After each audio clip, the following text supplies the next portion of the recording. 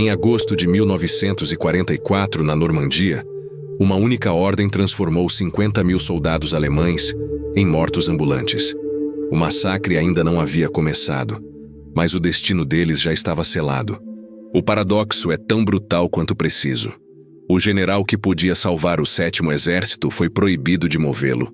O comandante que via o cerco se fechar recebeu ordens para permanecer dentro dele, e o homem responsável por 70.000 vidas escolheu sacrificá-las, obedecendo a alguém a 1.600 quilômetros de distância. Esta é a história de como 4 dias converteram retirada em catástrofe, de como a matemática da guerra foi esmagada pela teimosia de um único superior, e de como Paul Hauser assistiu seu exército desaparecer, não em batalhas, mas em decisões vindas de um telefone com mapas defasados em 5 dias. Porque às vezes, o inimigo mais perigoso não é o que atira em você, é o que te proíbe de escapar. 16 de agosto de 1944. 16 horas. Uma casa de fazenda perto de Trum, França. O general Paul Hauser estava curvado sobre um mapa que definiria se 50.000 homens viveriam ou morreriam. Não era hipérbole, não era dramatização militar. Era matemática pura transformada em sentença de morte. Seu chefe de operações, Oberst Rudolf Christoph Freiherr von Gersdorf, acabara de marcar as posições aliadas em lápis vermelho. Forças americanas haviam empurrado 15 quilômetros ao sul em Argentan. Forças canadenses avançavam do norte em direção a Falaise. Entre elas, um corredor se esticava, 18 quilômetros de largura, encolhendo a cada hora que passava. Dentro daquele corredor estava o 7º Exército inteiro. 50.000 homens, 300 tanques, milhares de veículos fluindo para leste em 3 estradas estreitas, comboios de suprimentos, ambulâncias, peças de artilharia, tudo o que restava da força de combate alemã na Normandia. Mas aquilo não era a crise. A crise era a mensagem que havia chegado 15 minutos antes do quartel-general do Führer, marcada como urgente em vermelho. Hitler ordenara que mantivesse as posições atuais. Nenhuma retirada autorizada. Preparações para o contra-ataque deveriam continuar. Hauser leu aquelas palavras 2 vezes, depois olhou para o mapa novamente. Estava sendo ordenado a manter terreno enquanto 2 exércitos aliados fechavam uma armadilha de aço ao seu redor. A matemática era simples demais para ser ignorada. Brutal demais para ser mal interpretada. Quanto tempo até que o corredor se selasse completamente? 6 dias antes, Hitler ordenara a Operação Lüttich, um contra-ataque desesperado projetado para cortar através das colunas avançadas de Patton e dividir os exércitos aliados. O ataque falhará, mas Hitler recusou autorizar a retirada. Em vez disso, conforme as forças de Patton e Montgomery começaram a fechar do norte e do sul, comandantes alemães se viram presos entre 2 exércitos com Hitler, proibindo qualquer recuo. Em 12 de agosto, os aliados lançaram a Operação Totalize.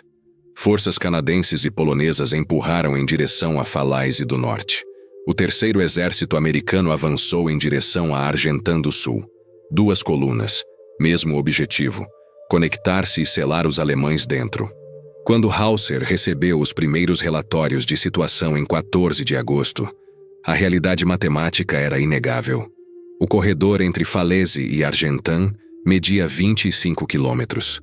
O 1º Exército canadense, sob o general Harry Crerar, avançava para o sul a 4 quilômetros por dia. O 3º Exército americano, sob o general George Patton, empurrava para o norte a 5 quilômetros por dia. Se a taxa atual de avanço continuasse ininterrupta, o corredor se fecharia completamente em 5 a 7 dias.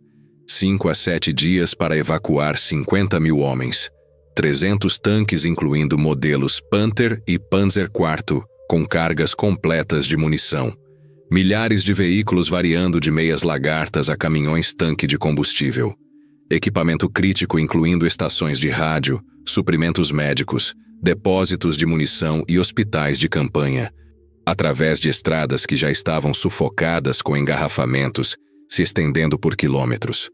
bombardeadas continuamente por aeronaves aliadas, operando em ondas de 20 a 40 caças a cada 30 minutos, sob fogo constante de artilharia de baterias aliadas que haviam estabelecido posições com observação clara das rotas de fuga. A logística era impossível. As estradas através de Trun, Chambois e Saint-Lambert-sur-Dive podiam acomodar aproximadamente 300 a 400 veículos por hora, movendo-se à luz do dia com condições perfeitas. Na escuridão, com destroços bloqueando rotas, com aproximações de pontes destruídas, a capacidade real caíra para talvez 100 a 150 veículos por hora. Naquela taxa, mover 50.000 homens e seu equipamento exigiria 14 a 20 horas de evacuação ininterrupta. Mas os aliados não concederiam evacuação ininterrupta. Cada hora trazia as pinças mais próximas uma da outra. Hauser sabia que estava olhando para uma equação mortal. Não havia variável desconhecida. Não havia margem de erro. Havia apenas tempo escorrendo e espaço encolhendo. Em 14 de agosto, às 19 horas e 30 minutos, Hauser enviou seu primeiro pedido formal de retirada diretamente ao marechal de campo Walter Model, que acabara de assumir o comando do grupo de exércitos B após o afastamento de von Klug. A mensagem era clínica e precisa.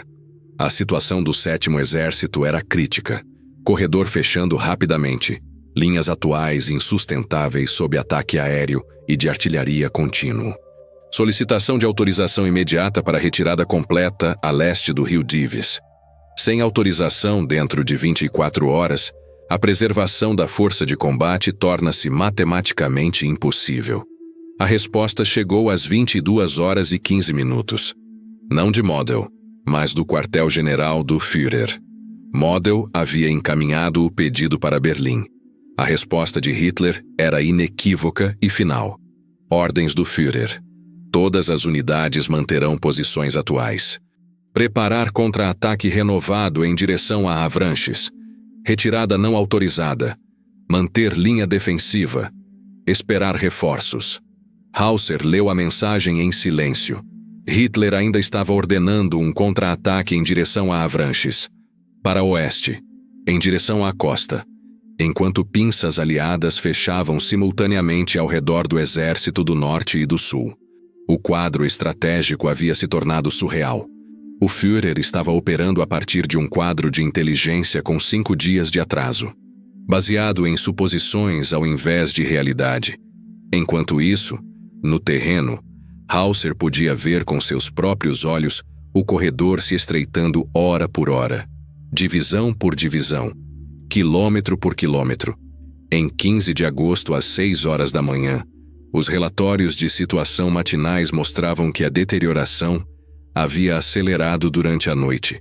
O corredor agora tinha 20 quilômetros de largura, reduzido de 25 em apenas 12 horas. As perdas durante a noite haviam sido catastróficas. Ataques aéreos aliados nas estradas congestionadas haviam destruído 340 veículos.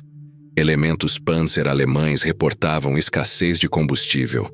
Não porque o combustível não estava disponível nos depósitos, mas porque caminhões transportando combustível não conseguiam alcançar unidades avançadas sem serem destruídos por caças-bombardeiros. Divisões de infantaria da 84ª e 353ª estavam perdendo coesão, conforme estradas se tornavam sufocadas com destroços em chamas, munição abandonada e remanescentes dispersos de unidades que haviam sido atingidas repetidamente. Hauser sabia que precisava tomar uma decisão que violava ordens diretas de Hitler. Às 10 horas de 15 de agosto, começou a emitir ordens usando linguagem cuidadosa que todo oficial alemão entenderia. Ordenou que divisões ajustassem posições defensivas para leste para consolidar a linha. Autorizou reposicionamento tático de equipamento pesado que não pode ser adequadamente defendido. Instruiu comandantes de unidade a conduzir operações móveis de retaguarda para manter a integridade do corredor e preservar força. Não tinham ordens de retirada. Não tecnicamente. Era um reposicionamento defensivo. mas todo oficial que as lesse entenderia exatamente o que significavam.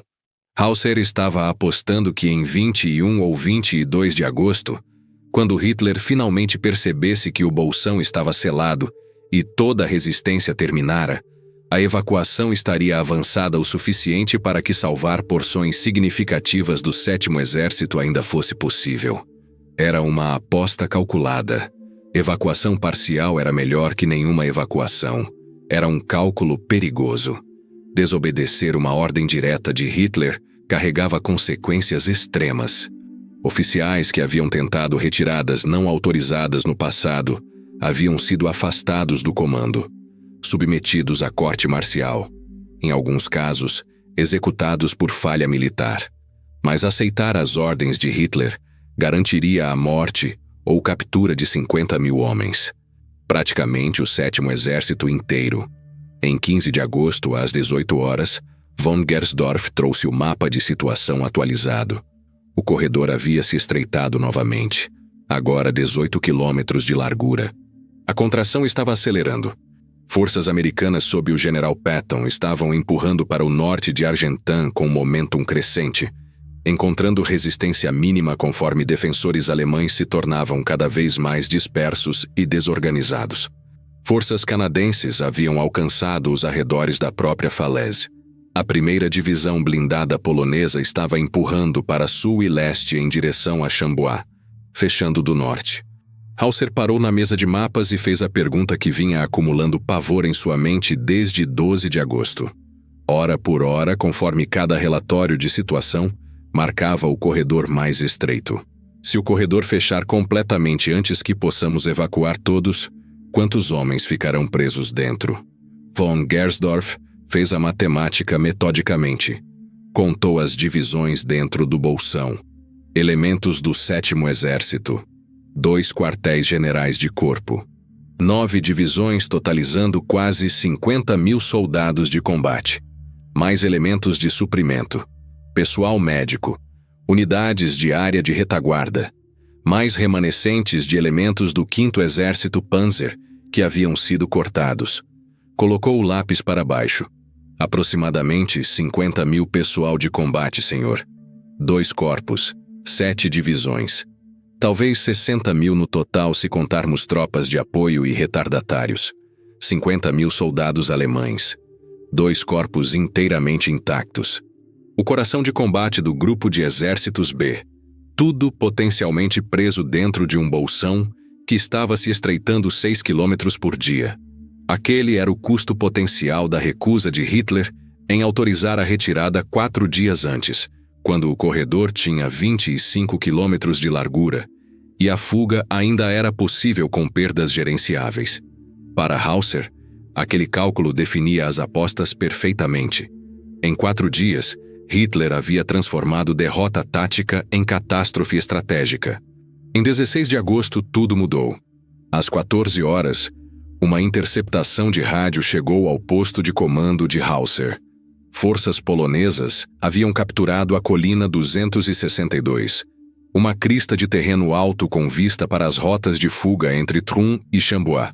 Daquela posição, a artilharia polonesa teria observação direta e fogo sobre cada veículo tentando se mover através do corredor. Às 16 horas, a mensagem de Berlim chegou. Aquela que Hauser vinha temendo, mas esperando. Hitler finalmente autorizou a retirada. Todas as unidades devem se retirar para leste imediatamente. Preservar a máxima força de combate. Mas a autorização chegou 5 dias tarde demais. O corredor agora tinha apenas 18 quilômetros de largura. Pela matemática que havia dominado os cálculos de Hauser, desde 12 de agosto, ele tinha talvez 72 horas antes que os aliados completassem o cerco. Hauser imediatamente emitiu as ordens de evacuação. A 2ª Divisão SS Panzer, sob Sturmbannführer Lammerding, foi designada como retaguarda no flanco ocidental. A 156ª Divisão Panzer, sob o general Gerhard von Schwerin, manteria o flanco sul.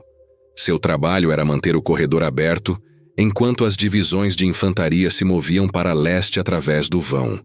A 276ª, 350ª, 84 Infantaria e fragmentos de uma dúzia de outras unidades moviam-se para leste através do corredor. Mas as próprias estradas haviam se tornado armadilhas mortais. As 3 rotas de fuga, a N-158 através de Trum, a D-16 através de Chamboá e trilhas de fazenda entre elas, estavam sendo atacadas por caças aliados a cada 30 minutos. Veículos alemães moviam-se a passo de caminhada, frequentemente em escuridão completa, abandonando caminhões de combustível quando o combustível acabava, abandonando munição quando estradas se tornavam impossíveis.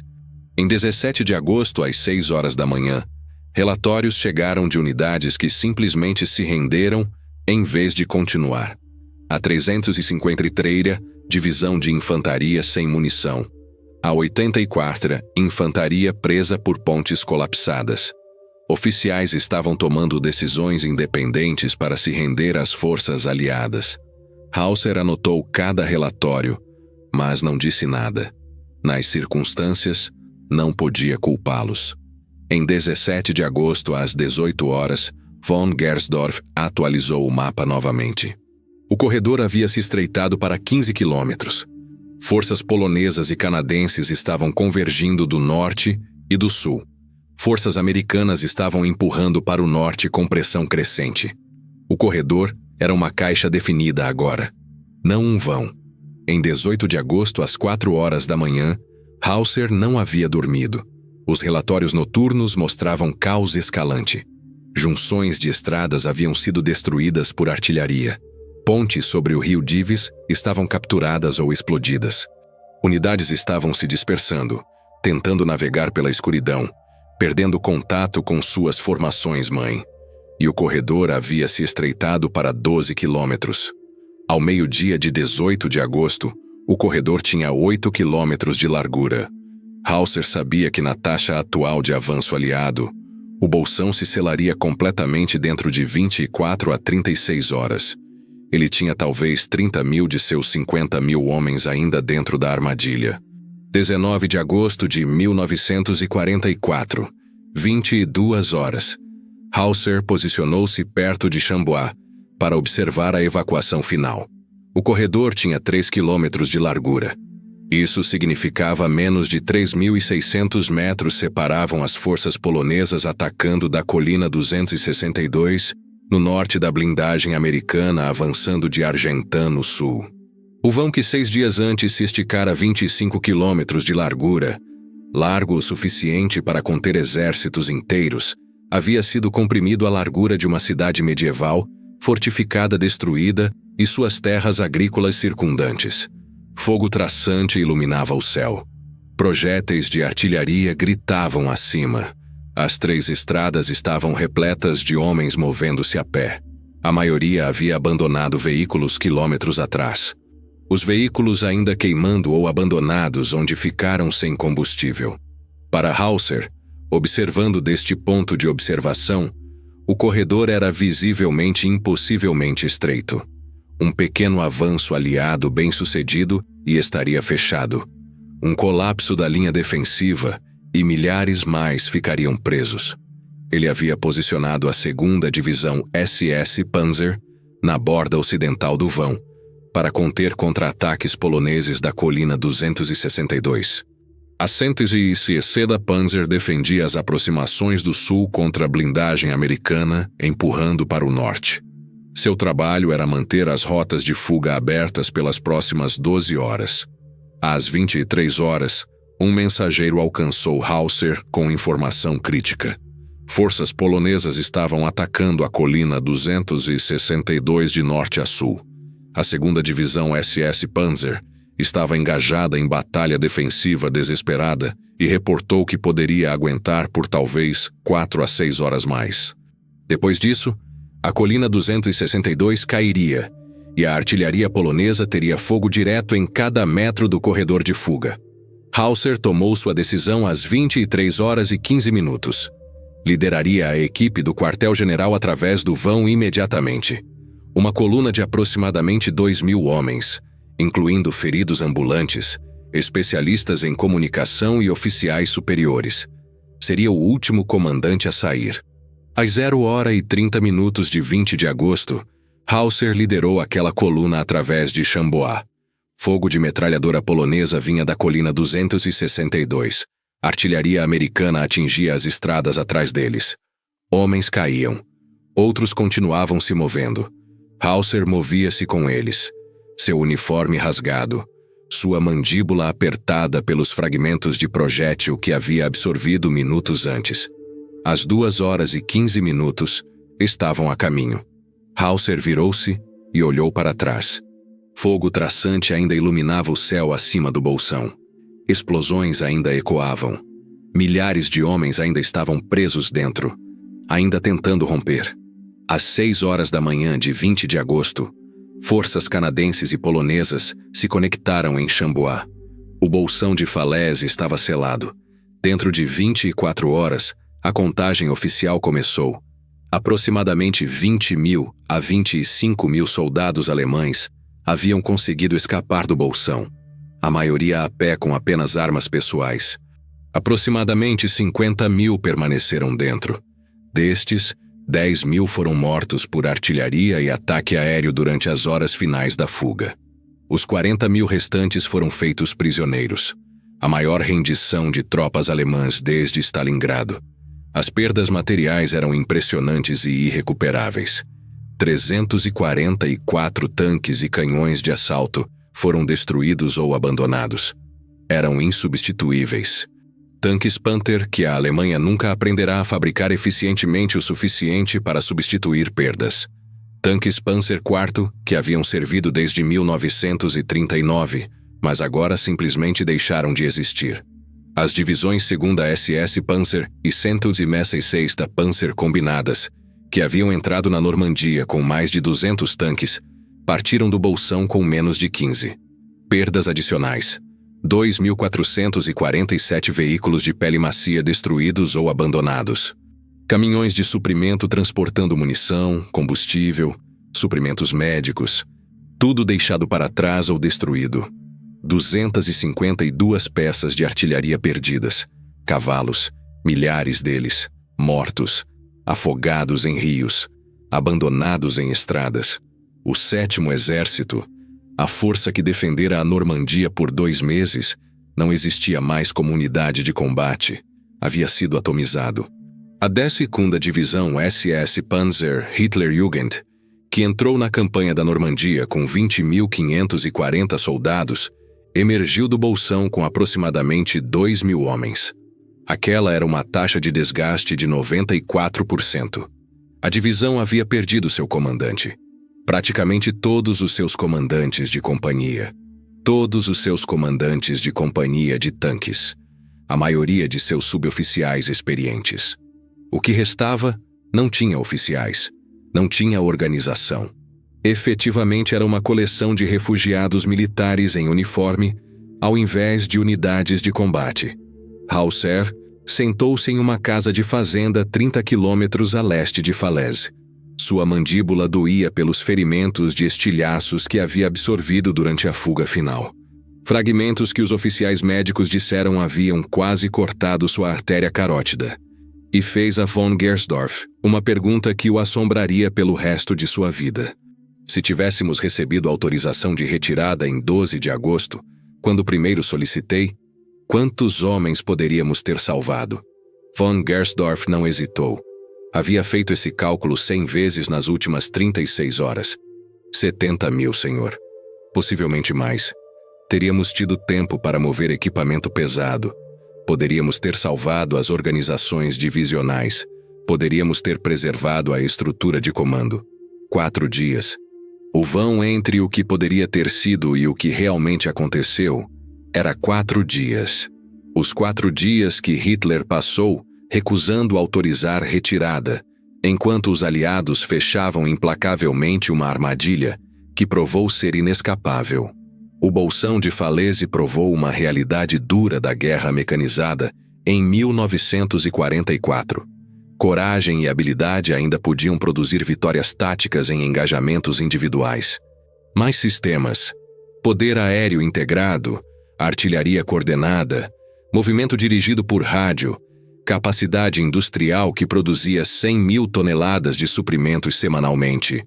Podiam sobrepujar até exércitos veteranos, liderados por comandantes experientes. O general que passou 5 dias observando seu exército morrer em estradas francesas, aprendeu uma lição que definiria a guerra por gerações vindouras. Controle os céus, controle as estradas, controle os suprimentos, e você controla tudo abaixo. O 7º exército seria reconstruído. Hauser se recuperaria de seus ferimentos e continuaria lutando através da França e para dentro da Alemanha. Mas a Alemanha que emergiu do bolsão de Falaise, militarmente, industrialmente, tecnologicamente, não era mais capaz de vencer a guerra no Oeste.